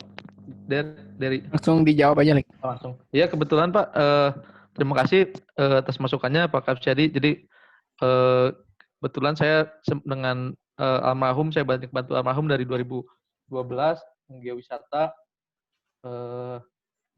Saya salah satu yang yang bikin yaitu Travelology ini salah satu anaknya. Jadi anak saya berhasil dari 2012 tuh saya bikin, nganter tamu-tamu juga. Kami sering nganter tamu dari Singapura, dari Cina kami pernah nganter. Dan ya itu memang semangatnya, insya Allah lah saya salah satu yang meneruskan semangatnya almarhum, meskipun ada juga banyak juga yang meneruskan. Tapi ya insya Allah mungkin saya salah satu yang meneruskan semangatnya, Pak. Terima kasih. Jadi kira-kira bisa menghubungi Mas Malik gitu ya kalau ada nanti ini. mungkin saya yang kontak Pak Kamsyadi. Oke. Kalau dosen geowisata itu sekarang siapa ya, Pak? Kayaknya Mas Malik ya? Oh enggak, saya bukan staf di kampus, Pak. Saya gitu. Masih jadi, ada itu kuliah itu ya? Masih ada, tapi kalau nggak salah kalau geologi Cekuan Bandung yang saya tahu Pak Johan Pak Johan Arif atau iya. Oke. Tapi ya insya Allah nanti kita kontakkan Pak ya, Pak Kamsyadi untuk ininya. Oke, insya Allah. Terima kasih Pak. Terima kasih Mas Malik. Ya, terima kasih Pak Kamsyadi. Nanti mungkin bisa lebih detailnya bisa saling berhubungi dengan Malik. Selanjutnya pertanyaan yang nomor 2 untuk Pak Andi. Silakan dinyalakan mikrofonnya. Assalamualaikum warahmatullahi wabarakatuh. Waalaikumsalam warahmatullahi wabarakatuh. Iya, Pak Malik, saya Andi, Pak. Dari sebetulnya saya warga Bandung. Dan saya itu seorang yang menyukai sejarah, juga menyukai wisata. Jadi dalam kegiatan ini sangat apresiasi gitu ya. Kalau misalnya ada juga nih wisata sejarah Bandung. Nah, pertanyaan saya atau mungkin saran juga gitu ya. Kalau bisa nih diadakan sebuah tur yang aktual nih yang diselenggarakan di Bandung setiap misalnya akhir pekan atau setiap akhir bulan, di mana orang itu bisa datang dan mendaftar untuk mengikuti travel atau edukasi ini. Mungkin bisa menggunakan fasilitas yang sudah ada di kerjasama dengan pemerintah Kota Bandung. Jadi keberadaan wisatanya misalnya menggunakan bandros, kemudian misalnya pun ada guide yang menggunakan sejarah sesi dan lewati. Dan kalau misalnya ini bisa terlaksana, tentu akan menjadi sebuah pencapaian yang baik ya tentang pengenalan mengenai budaya ataupun sejarah Kota Bandung sudah lama. Terima kasih. Assalamualaikum warahmatullahi wabarakatuh. Terima kasih Kang Andi. Ini memang sangat menarik sekali untuk bikin tour yang langsung yang nggak virtual gini. Saya juga sejak mungkin sekitar 4 tahun yang lalu pengen untuk bikin yang tour. Saya dulu pernah bikin tour namanya saya Derry sama teman-teman dari Travelology pernah bikin konsep X on the Soul. Jadi itu pada tour ke Bandung Utara, Bandung Selatan, Bandung Timur, Bandung Barat. Tapi cuma satu yang tereksekusi, yang ke utara aja, yang lainnya itu belum tereksekusi. Kendalanya tuh sebenarnya saya merasa bahwa konsep bisnis yang pas itu belum kami temukan yang bisa geowisata mengedukasi sekaligus juga ada pemasukannya yang pas buat kami, nggak terlalu mahal dan nggak bikin kami ngap-ngapan juga kalau ketika bikinnya, karena kan ini memang bikin tour itu lumayan juga ya, harus ada persiapannya, harus ada surveinya, nah itu mungkin kendala kami, salah satu kendala modal bisnisnya yang belum kami temukan yang pas gimana, agak setimbang antara antara bisnis dan edukasi. Tapi saya sepakat, saya juga pengen kalau nanti ada kesempatannya kita bikin yang langsung datangin ke tempat-tempat yang kita deskripsikan ini. Kalau sekarang kita bisa Bandung Utara, Bandung Selatan dalam 1 jam, mungkin ya nanti cuma satu tempat tuh 1 hari gitu. Kayak gitu. Terima kasih Kang Andi.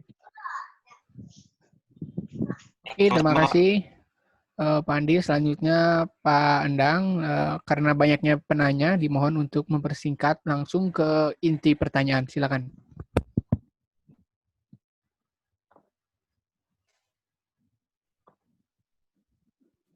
Pak Endang, silakan mengaktifkan speakernya.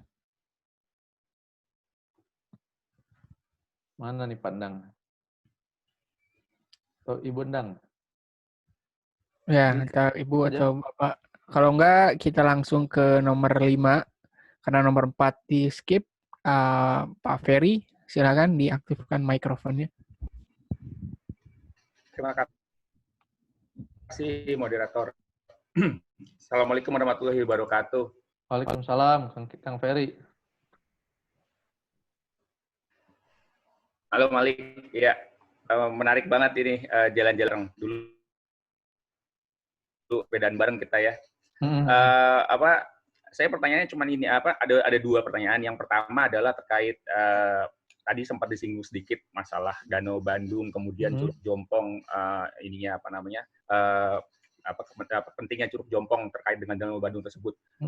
Saya pengen tanya karena saya udah lama nggak ngikutin. Dulu saya lumayan cukup agak masih aktif di Geowisata juga dengan beberapa rekan waktu masih di kampus. Tentang Danau Bandung ini, kalau teori yang kita terima selama ini yang dulu bentuk karena Gunung Sunda Purba yang letusannya mengeblok aliran Sungai Citarum yang dulunya ke arah Cimeta, sekarang ke Citarum sekarang kemudian terbentuk danau. Nah, cuman saya pernah baca juga, kalau nggak salah penelitian terbaru McDam tahun 1996 menyebutkan bahwa Danau Bandung ini bukan karena letusan Gunung Sunda Purba, tapi lebih ada hubungannya dengan tektonik dan dinudasi di Bandung sendiri. Nah, saya mungkin Malik yang lebih ngikutin sekarang bisa update yang sekarang tuh seperti apa update-nya yang disepakati oleh para aktivis-aktivis KRCB lah terutama terkait dengan itu. Terus itu yang pertama, terus yang kedua Arca di Ciwidey tadi. Nah, itu menarik sekali. Saya pernah nyusurin jalur kereta mati dari Ciwidey sampai ke Bandung naik sepeda. Saya susurin tuh dan memang sudah luar biasa okupansinya. Nah, di Ciwidey itu ada satu kampung namanya Kampung Arca. Dan sepertinya itu relevan dengan ditemukannya arca-arca di daerah Ciwidey dan Gambung, Gunung Wayang, dan semuanya arcanya bentuknya sama seperti yang tadi Malik gambarkan tadi. Dan kalau saya sempat lihat itu arca itu mirip dengan ciri khas arcanya itu adalah dengan arca-arca di daerah Polinesia, di Selandia Baru, di di Pasifik. Jadi sekitar sana gitu. Terus terang saya agak tertarik juga dan agak susah menghubungkan. Kok di Bandung arca-arca ini kok banyaknya cirinya adalah arca-arca yang hubungannya dengan suku-suku Polinesia, suku-suku Maori, New Zealand ke arah sana. Nah, mungkin Malik punya penjelasan gimana ceritanya kok bisa sampai arca-arca berciri khas Polinesia ini sampai mendaratnya kok di daerah Bandung ini. Ya, oke. Itu aja dari saya, makasih. Terima kasih Kang Ferry. Ini Kang Ferry ini aktivis Goes ya. Hebat nih Goes-Goesnya di Jakarta tuh saya sering ngikutin foto-fotonya. Jadi kalau yang pertama itu untuk Danau Bandung memang yang disepakati kalau di Bandung itu kita taunya ada letusan. Jadi menurut ada letusan Tangkuban Perahu tahun 120.000 tahun, sekitar 120.000. Gunung Sunda itu ya. Gunung Sunda dia meletus, membendung di Cimeta, kemudian dia jadi kemudian setelah dibendung di Cimeta dia jadi terbendung jadi endapan danau. Nah, yang saya heran juga sebenarnya kenapa yang dataran itu justru yang hanya di sebelah timur saja, hanya di sebelah Bandung aja, tapi yang di sebelah barat, yang sebelah baratnya sebelah baratnya Curug Jompong, dia tuh justru bentuknya plato, lerengnya tuh terjal-terjal. Itu saya heran juga kalau misalkan danaunya rata itu kan harusnya kalau tergenang puncak tutupnya itu di di daerah Sangyang Tikoro di daerah gunung di Citarum yang di belakang Saguling itu harusnya kan semua dataran itu semua Bandung itu datar aja. Tapi kenapa hanya di bagian timur aja yang datar? Betul juga dari Rindam itu ada pengaruh tektonik, jadi cekungannya dia semakin dalam. Jadi subsidence karena tektonik subsidence itu salah satu kemungkinan juga. Tapi kebetulan Rindam itu hanya meneliti di daerah sebelah timurnya Curug Jompong, dia nggak meneliti sebelah baratnya. Nah gitu. Jadi itu salah satu saya juga bertanya-tanya itu di sebelah sebelah barat Bandung itu seperti apa kondisinya itu kita masih tanda tanya. Tapi benar itu ada tektonik subsidence itu menurut catatannya Rindam itu benar. Jadi menurut laporannya Rindam itu betul adanya. Terus yang kedua terkait arca di Ciwidey itu memang sangat menarik. Saya juga pernah dikasih tahu Pak Budi, Pak, ada Pak Budi almarhum dulu pernah ada arca. Tapi saya baru ketemu gambarnya ini ketika saya telusuri gambarnya Muller. Makanya ketika saya lihat, ini gambarnya arca ini bentuknya nggak kayak arca Hindu yang molek gitu ya, yang banyak yang gaya pahatannya seperti apa. Meskipun saya bukan ahli di gaya pahatan, tapi saya juga bisa bedakan bahwa ini tuh jenis yang berbeda daripada arca-arca lainnya. Nah, selain itu ada juga jadi selama ini teori arkeologi itu bilang bahwa kebudayaan di Jawa itu asalnya dari timur geser ke barat. Nah, tapi ternyata katanya penemuan candi di Bojongmenje, di Rancaikek yang lebih tua mungkin dia bisa merubah ceritanya itu. Jadi jadi kenapa manusia purba itu berkembangnya dari timur ke barat, nggak dari barat ke timur, padahal orang purba kan datangnya dari Cina ya, dari daratan Asia. Itu menarik juga. Tapi memang kalau yang di Ciwidey ini ya bentuknya kayak gini, bentuknya saya kira sih beda dengan candi dengan arca-arca model Hindu ya. Saya bukan ahlinya, mungkin kita harus diskusikan dengan arkeolog. Moga-moga nih Pak Lutfi Yondri ada di sini, nggak tahu lah. Moga-moga. Oh ya, Pak Yondri kalau ada itu mungkin bisa nambahin. Nanti mana adakah Pak Lutfi Yondri? Tapi kurang lebih gitu Kang Ferry. Tapi memang menarik itu kalau ada kampung arca mungkin kita harus bisa ditelusuri juga itu. Bisa sebagai memperkuat juga hipotesis awalnya. Terima kasih Kang Ferry. Ya, sama-sama Malik. Ya, terima kasih ke Pak Ferry, senior kita. Selanjutnya ke nomor 8, Esther Diana. Ini Ibu atau Bapak, saya kurang paham. Silakan saudari Esther Diana untuk mengaktifkan mikrofon. Ya, terima kasih buat Kang Malik, hebat banget, bagus sekali presentasinya. Terima kasih, Bu Esther. Terima kasih juga buat Kang Dery, buat moderator. Saya guru di SMAK 2 BPK Penabur. Kebetulan memang sudah beberapa tahun saya coba untuk memperkenalkan sejarah Bandung. Ada grup kecil Bandung Heritage, tapi hanya levelnya sekolah aja gitu. Jadi kalau misalnya ada kegiatan semacam ini yang live-nya, itu pasti sangat menarik sekali, karena kelihatannya orang Bandung justru paling tidak tahu tentang sejarah Bandungnya. Nah, yang paling menarik adalah banyaknya situs-situs purbakala ya tentang Bandung yang kita tidak kenal. Apakah bisa ada kerjasama dari Sekolah Bumi atau Travelogy dengan Dinas Arkeologi Bandung begitu untuk menyelamatkan artefak-artefak atau situs arkeologi yang ada ya, yang ditemukan gitu. Karena kok kelihatannya banyaknya jadi vandalisme ya, mohon maaf menurut saya, apakah itu dengan dasar agama atau tidak, tapi itu adalah sejarah kita yang kalau tidak segera diperbaiki itu akan hilang, seperti itu. Apakah ada satu upaya ke arah situ, atau bagaimana perhatian dari pemerintah sendiri terhadap hal ini seperti apa? Mungkin Kang Malik bisa menjelaskan. Terima kasih. Terima kasih Bu Esther. Kebetulan kami dari KRCB, Pak Budi dulu almarhum Pak Sujatmiko, Pak Eko Yulianto dulu salah satu yang pertama untuk mengeksplorasi Gua Pawon ya di tahun 2000, sekitar tahun 2000-an KRCB itu mengeksplorasi Gua Pawon, kemudian itu penggalian ekskavasi Gua Pawon yang pertama juga masih pakai cangkul itu oleh KRCB sampai akhirnya melaporkan ke Balai Arkeologi. Sampai sekarang udah ditemukan oleh Balai Arkeologi itu ada 3 lapis penemuan fosil di Gua Pawon. Itu salah satu upaya yang dilakukan KRCB selama 20 tahun terakhir ini.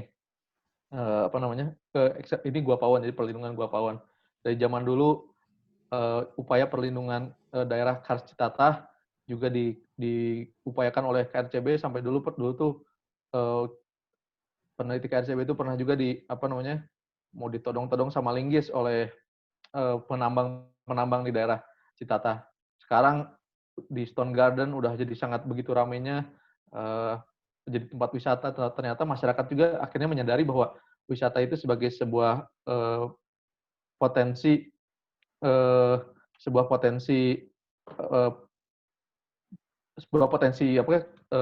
potensi pendapatan selain pekerjaan-pekerjaan yang konvensional. Nah, terkait dengan apakah ada acara dengan sekolah, ya kami juga sebenarnya punya keinginan seperti itu, Bu. Jadi saya ini kebetulan kalau secara personal banyak juga yang teman-teman yang minta untuk nge-guide gitu ya. Saya beberapa kali nge-guide teman-teman dari Cina, dari Al Irsyad, dari Global Jaya, teman-teman dari sekolah-sekolah juga beberapa kali kami guide. Tapi memang sistemnya masih personal. Jadi kita belum bikin dia sebagai sesuatu yang terstruktur. Kendalanya itu tadi karena yaitu model bisnisnya memang kita belum nemu itu.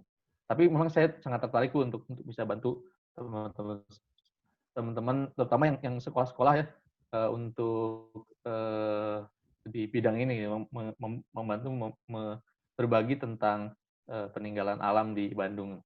Terima kasih Bu Esther. Terima kasih Bu Esther pertanyaannya.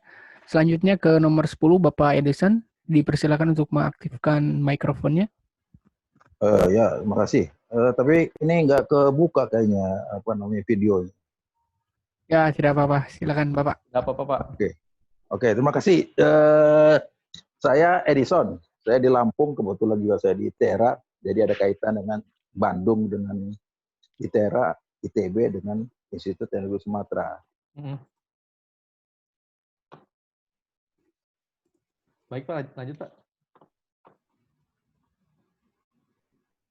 Halo.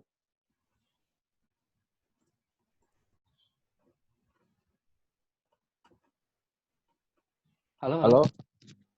Ini lanjut, kedengaran nggak? Lanjut ya, oke. Iya. Selamat buat Kang Malik ini. Ini jujur aja, ini tidak banyak orang yang bisa menjelaskan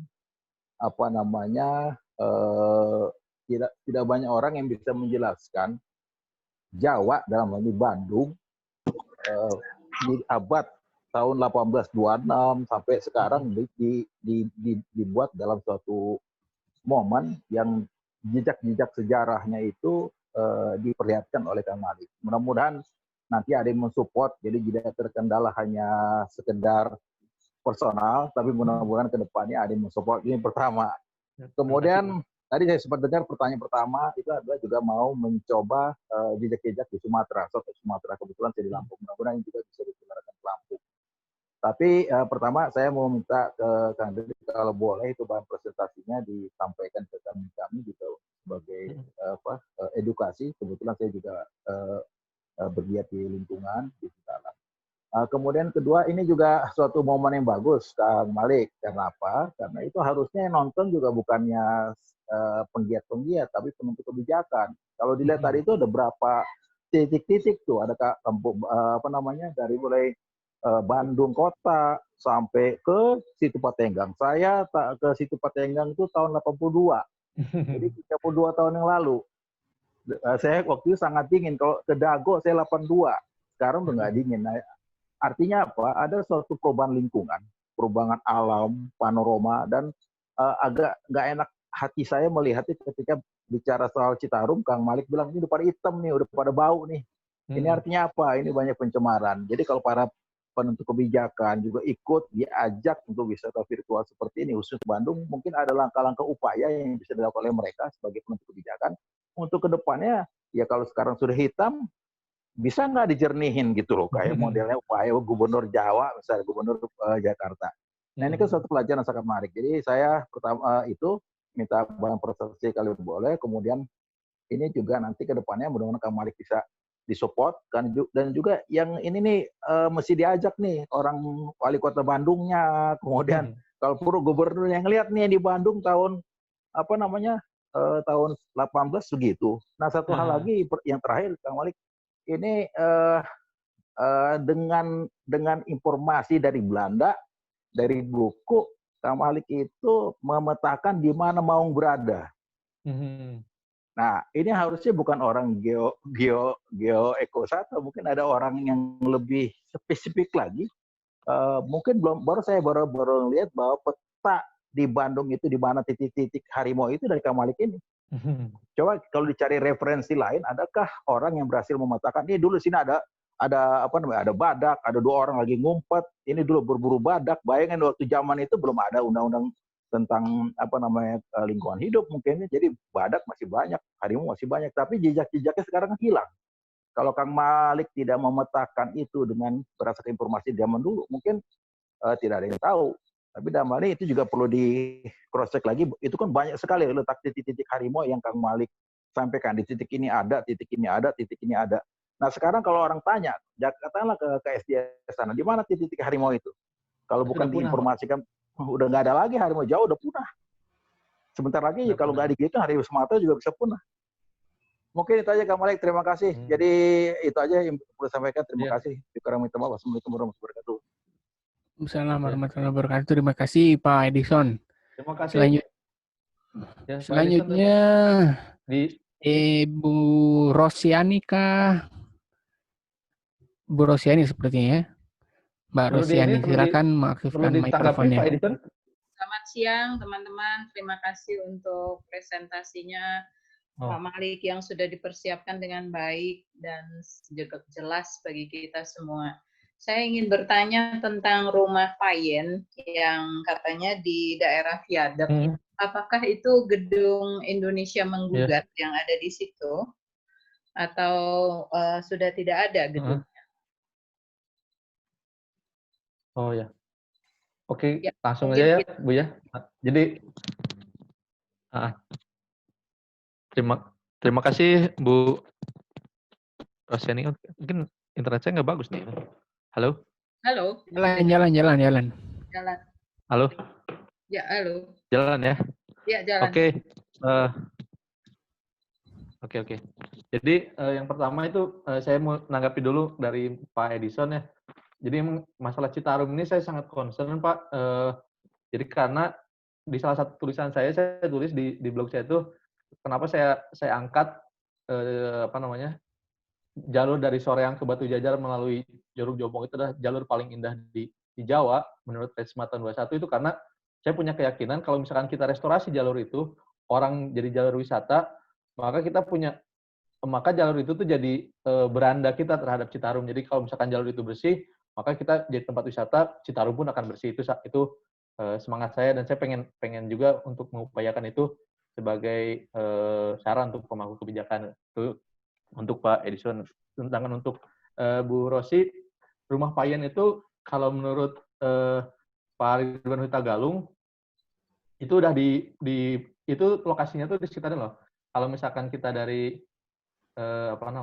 yang ke arah Pasar Baru itu, kalau misalkan muter dari Braga kan muter masuk ke arah Pasar Baru, ada ke arah Bancoy ya, ke arah Bancoy. Nah sebelah kanan ada taman, nah di situ rumahnya Payen.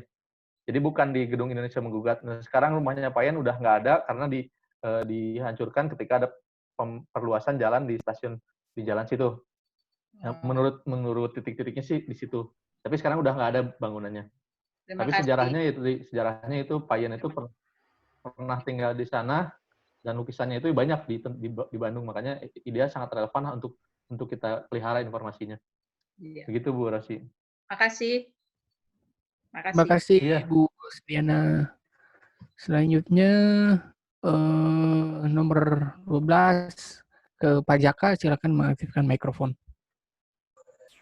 Halo, Assalamualaikum. Bisa mendengar, Pak Dery? Ya, silakan Pak Jaka. Waalaikumsalam. Ya, baik. Jadi saya tadi mengikuti dengan baik presentasi dari Saudara Malik ya. Tadi sempat melewati beberapa poin atau lokasi terendah dari Cikungan Bandung, tapi tidak ada banyak penjelasan, hanya sebatas Arca ya, yang di Andir tuh, yang di dekat Citarum. Nah, saya sebenarnya penasaran dengan catatan di zaman kolonialisme itu, apakah ada catatan mengenai banjir.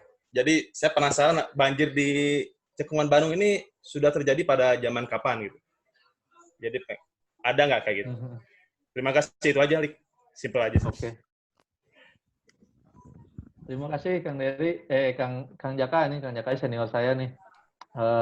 Jadi kalau di Bandung itu kebetulan saya belum cari dokumennya tentang banjir, tapi harusnya sih ada, karena orang tuh tinggal di bantaran di Dayakolot itu sudah sejak lama, karena itu kan kota lamanya di Dayakolot sebelum digeser ke apa namanya, ke Cikapundung, tepi Cikapundung. Jadi saya yakin itu pasti pernah ada catatan banjir, tapi saya belum gali itunya informasinya. Kemudian abad 18 itu juga karena orangnya masih sedikit, kemungkinan besar itu bukan permasalahan yang besar karena orangnya masih nggak sebanyak sekarang. Tadi cuma paling masih kurang dari 100.000, itu pun kebanyakan tinggalnya di bagian lebih ke utara lagi, belum sebanyak sekarang di tepian bantaran Citarum. Mungkin begitu Kang Jaka. Nanti kita coba cari kalau ada informasinya, saya bakal share tentang banjir itu. Oke, Lik. Oke, makasih, Lik. Terima kasih. Selanjutnya ke Bu Rusyanti. Mbak Rusyanti, silakan. Ya, terima kasih moderator atas waktunya. Saya mau tanya nih, tapi sebelumnya mungkin ada prolog ya, agak sedikit panjang. Kami di arkeologi mengamati bahwa pergerakan data tentang tinggalan Hindu-Buddha itu memang, khususnya Hindu, itu lebih dulu masuk ke pedalaman Priangan ya, atau Tatar Sunda. Dan ketika saya melihat, mengikuti video ini, memang terlihat beberapa 3 lokasi di situ memang indikasinya Hindu. Saya nggak tahu apakah mungkin narasumber punya data tentang Buddha, tapi memang selama ini data kami Hindu lebih dulu masuk gitu ya. Kalau di Cekungan Bandung sekitar perbukitan memang prasejarah di situ dengan adanya obsidian gitu. Nah, dari beberapa data memang terlihat di situ tinggalan Hindu dari Ganesha, kemudian Arca. Sebenarnya Arca, tadi saya ada pertanyaan tadi, ada kenapa Arcanya sama gitu ya dengan Polinesia. Sebenarnya sudah di arkeologi udah banyak kajiannya gitu ya. Ini ada sebenarnya peneliti juga yang meneliti bahwa Brumun namanya. Arca itu ada yang tipenya Polinesia, ada juga yang tipenya Pajajaran gitu. Nah, ini memang ditemukan banyak, dan dia juga sepertinya kalau saya lihat itu tipe Pajajaran. Nah, ini tipe Pajajaran itu tipe Arca yang menunjukkan ikonografi Hindu-Budanya tipis gitu. Nah, tadi juga disebut meja batu, sebenarnya itu Yoni. Yoni itu dari presentasinya Dewi Durga, itu Hinduisme juga. Dan Nandi itu awatarannya Dewa Siwa gitu. Jadi ini sangat Hinduistik banget. Tapi yang menjadi pertanyaan saya adalah ketika narasumber ini membuat presentasi ini, pernah nggak ketemu material dari arca-arca itu terbuat dari apa gitu? Karena beberapa tinggalan arkeologis itu batu, jenis batunya, materialnya itu ternyata tidak sama dengan kondisi geologisnya di situ. Jadi kemungkinan dia barang import gitu. Artinya kalau dia barang import, kita harus mempertanyakan kapan awal mulanya wilayah ini pernah terpengaruh oleh Hindu-Budanya. Jangan-jangan dia dibawa sama Belanda gitu ya. Hanya sebatas objek aja yang ditaruh di situ, tapi tidak in situ. Nah, itu bahwa dalam penelusurannya itu pernah nggak ketemu material dari arca-arca yang dari presentasi ini apa gitu, dan konteks sekitarnya gitu. Itu aja. Terima kasih. Oke, terima kasih Bu Rusyanti. Ini input yang sangat bagus ya. Saya juga kebetulan karena saya bukan arkeolog Bu ya, jadi saya tidak paham daerah itu bagian itu. Jadi saya cuma menafsirkan dengan semampu saya aja. Betul, saya pernah mampir juga dulu ke kantor Balar di Cinunuk ya, ketemu Pak Lutfi Yondri, beliau juga kasih bahan-bahan saya, terus kasih tahu juga informasi tentang Gunung Lumbung, salah satunya dari Pak Lutfi ngasih tahu itu di Gunung Lumbung ada peninggalan arca itu salah satunya dari Pak Lutfi. Dan tapi saya belum telusuri Bu, itu bahan-bahan arca itu dibikinnya dari batu apa, batu andesitnya dari mana, apakah sesuai dengan kondisi geologi sekitarnya, itu saya belum telusuri jujur. Tapi itu mungkin sangat menarik kalau misalkan, makanya topik ini memang harus disupport juga oleh expertise arkeologi karena akan membuat materinya lebih hidup memang. Sepakat Bu. Terima kasih Bu Rusyanti ini masukannya. Ya, terima kasih sekali Ibu tadi Bu Rusyanti. Pengetahuan juga buat kita, buat saya sendiri bahwa ada orang arkeologi yang paham arkeologi yang menonton ini. Jadi mungkin nanti Kang Malik bisa sharing pengetahuan mungkinnya kalau kita ada acara lainnya, ada materi tentang arca, tentang arkeologi, kita mungkin bisa mencari referensi ke orang-orang terkait ataupun semacam Bu Rusyanti. Seperti itu mungkin ya. Selanjutnya untuk penanya selanjutnya Pak Wahyu, silakan. Baik, Kang Dery dan Kang Malik. Assalamualaikum. Salam. Waalaikumsalam, Kang Dwijo. Dua pertanyaan. Pertama, Bandung kan punya potensi bencana tuh, maksudnya potensi setelah dilaporkan di catatan gempa, tadi Jaka juga note mengenai banjir. Apakah dalam catatan atau mungkin penelitian sebelumnya dari Kang Malik dan Kang Dery itu record nggak, maksudnya apakah bencana itu mempengaruhi kebudayaan misalnya sehingga jadi mungkin naruh sesajen atau mungkin dari banjir ngelahirin acara apa, kebudayaan apa, kira-kira seperti itu. Yang kedua, Cekungan Bandung ini kan menarik ya, maksudnya dia juga punya mungkin dari geologi yang lebih tua, dia punya peninggalan fosil seperti di Cilanang Bed lah kita bilangnya untuk moluska. Nah di Bandungnya sendiri, di danaunya sendiri mungkin selain polen atau apa, ada nggak record nggak harus fosil tapi organisme ya mungkin selain polen, kayak misalnya mungkin pernah nemu ular, badak atau apa gitu di singkapan atau pemboran atau apapun yang pernah Kang Malik dan Kang Dery tahu. Atur nuhun, makasih. Terima kasih Kang Dwijo. Jadi ini Dwijo senior saya juga nih. Jadi di Bandung itu kita memang belum kaji itu terkait kebencanaan, meskipun ya banyak sekali itu bahannya pasti dengan kondisi geologi Jawa Barat yang sangat kompleks ini. Nah, tapi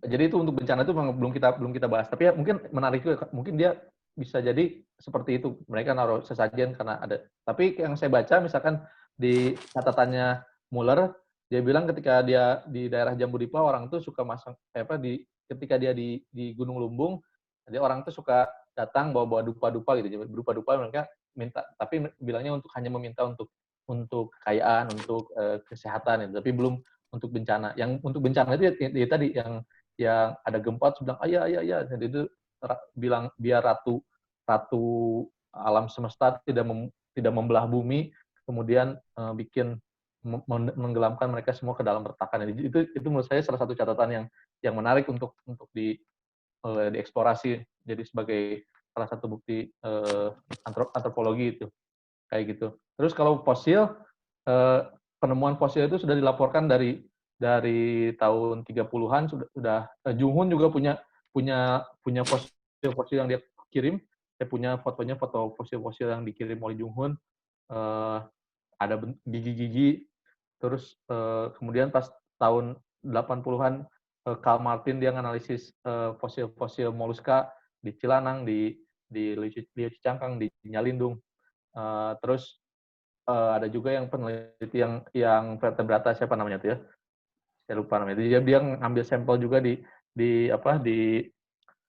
sekitar Citarum, namanya Tambakan Bed sekitar situ. Terus mungkin terakhir yang sekarang Prof. Fahrul Aziz mungkin yang banyak peneliti yang ada publikasinya tentang fosil-fosil yang ditemukan di Cekungan Bandung. Selain yang ditemukan di Museum Geologi kayak fosil ular, fosil ikan, terus ada juga fosil fosil ular, ikan, terus apalagi gajah ya, gajah pinggul gajah di lebih gajah. Mungkin gitu. Kang Dojo, terima kasih ininya masukannya dan pertanyaannya. Siap. Turun. Ya, terima kasih Mas Wahyu atas pertanyaannya. Selanjutnya yang terakhir Pak Ilham. Mas Ilham, silakan.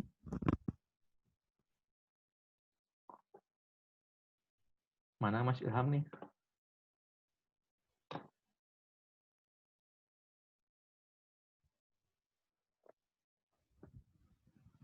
Mas Ilham?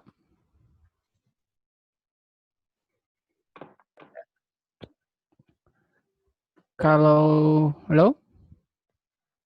Tidak ada mungkin ya. Oh, kalau tidak ada, halo? Oke, mungkin tidak ada. Ilham, oh sudah tidak ada orangnya. Oke, mungkin Kang Malik ini ada pertanyaan banyak juga. Apakah materi bisa di-share-kan gitu? Iya. Untuk materi nanti saya akan share. Kebetulan ini karena bentuknya Google Earth, jadi agak susah di-share. Nanti saya bakal share format PDF-nya di media sosialnya Sekolah Bumi ya. Nanti akan saya share ini infonya. Jadi ini dulu harus disiapin dulu soalnya jadi belum ready gitu. Tapi akan di-share. Oke. Karena waktu juga sudah mulai mepet, terima kasih saya ucapkan sekali lagi pada para peserta yang telah ikut di acara kali ini. Terima kasih juga buat Sekolah Bumi yang sudah mensponsori, sudah mendukung acara ini, juga pembicara Kang Malik. Sebenarnya kalau kita bicara tentang Bandung ini memang sangat luas sekali skupnya, mulai dari geologinya seperti apa, dari mulai zaman Gunung Sunda, terus Danau Cekungan Bandung, belum lagi arkeologinya, belum lagi kekayaan biodiversity-nya, belum lagi arsiteknya yang dari mulai abad ke-18 berubah mulai ke Art Deco segala macam. Jadi banyak sekali yang bisa kita explore, dan kalaupun kita ingin mempunyai insight atau knowledge yang cukup bagus di wilayah Bandung, memang tidak bisa hanya satu disiplin ilmu saja, mungkin memang harus cross interdisipliner, mungkin ya interdisiplin. Mungkin untuk acara-acara selanjutnya mungkin kita akan lebih berkolaborasi lagi dengan pihak-pihak terkait, seperti tadi Bu Rusyanti yang memberikan kita pengetahuan tentang ciri-ciri perbedaan arca yang ada di Jawa Barat khususnya seperti apa. Menarik mungkin karena memang kita nggak tahu juga apakah di daerah Sunda ini, yang daerah Jawa Barat pada umumnya, apakah agama Hindu yang duluan masuk atau Buddha yang masuk. Bahkan arca itu juga ada wacana bahwa arca itu kemungkinan besar dibawa oleh Belanda. Nah, itu yang mungkin pengetahuan-pengetahuan baru yang mungkin kedepannya mungkin kita harus lebih rajin berkolaborasi untuk membuat acara-acara seperti ini, tidak hanya dari satu sisi. Jadi biar pengetahuan kita akan semakin lebih terbuka. Sekali lagi saya ucapkan terima kasih kepada semua pihak yang telah mendukung keberjalanan acara ini, dan semoga kedepannya dengan situasi yang serba sulit sekarang ini kita bisa tetap sabar dan bisa tetap semangat dalam menjalani kaitannya new normal. Seperti apa new normal? Kita lihat saja. Yang penting jaga kesehatan, jaga mentality kita, tetap semangat, tetap berkarya. Mungkin penutup dari Kang Malik, silakan. Terima kasih Kang Dery. Jadi saya pertama mengucapkan terima kasih atas kehadiran teman-teman. Saya sangat mengapresiasi kebersediaan teman-teman untuk mendengarkan saya cuap-cuap selama 2 jam. Saya punya keyakinan bahwa Bandung ini ceritanya sangat banyak, sangat panjang, dan sangat kaya sekali dari multidimensi. Dan ketika kita mencoba menggali, ketika kita mencoba memahami apa yang kita miliki, itu kita bisa punya perasaan yang semakin mendalam itu pada kota ini. Jadi dengan mengenali kota ini, kita bisa mencintainya lebih kuat lagi gitu. Jadi kita masih seperti yang tadi saya bilang, ada banyak sekali sejarah Bandung yang belum kita bahas. Semoga kita punya waktu, semoga kita punya kesempatan untuk membahas itu di lain waktu. Nanti kita akan kabari kalau misalkan ada waktu, ada kesempatan kita untuk berkumpul. Terima kasih Kang Dery atas moderasinya, dan teman-teman sekalian, mohon maaf kalau ada kesalahan-kesalahan. Insya Allah yang salah itu datangnya dari saya, yang benar itu dari Allah Subhanahu wa Ta'ala. Terima kasih. Assalamualaikum warahmatullahi wabarakatuh. Waalaikumsalam warahmatullahi wabarakatuh. Saya kembalikan ke Sekolah Bumi. Sania, silakan.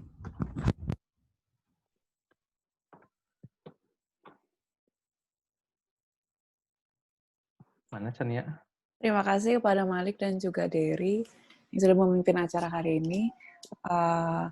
Dari Sekolah Bumi, saya tutup meeting kita pada hari ini. Terima kasih. Assalamualaikum warahmatullahi wabarakatuh. Waalaikumsalam warahmatullahi wabarakatuh. Terima kasih semua.